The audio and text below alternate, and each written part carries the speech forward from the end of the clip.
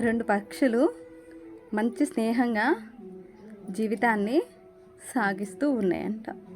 ఒక పక్షికి మరో పక్షి అంటే మంచి ఆప్యాయత, అనురాగాలతో నమ్మకత్వంగా స్నేహంగా ఉంటుందంట. మరో పక్షి పక్షవాతంతో, ఈ పక్షి మీద కోపంతో, అసూయతో ఉంటుందంట.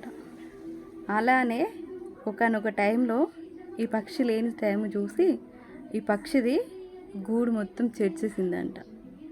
కానీ ఈ పక్షి ఎక్కడ కూడా స్వార్థానికి పోకుండా, తన ధైర్యాన్ని తను కోల్పోకుండా తన గూడుని మళ్ళీ నిర్మించుకుందంట. కానీ ఒకానొక టైంలో పెద్ద గాలివాన రావడంతో మరో పక్షి గూడు చెరిగిపోయిందంట.